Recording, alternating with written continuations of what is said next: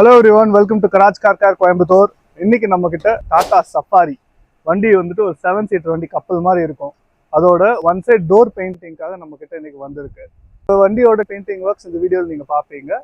இதே மாதிரி service, body shop work, tinkering, insurance claims என்ன பண்ணணும்னாலும் கீழே இருக்கிற நம்பர்ல கராஜ் காருக்கு கான்டாக்ட் பண்ணுங்க. எங்க டீம் உங்களை கைட் பண்ணுவாங்க. தேங்க்யூ.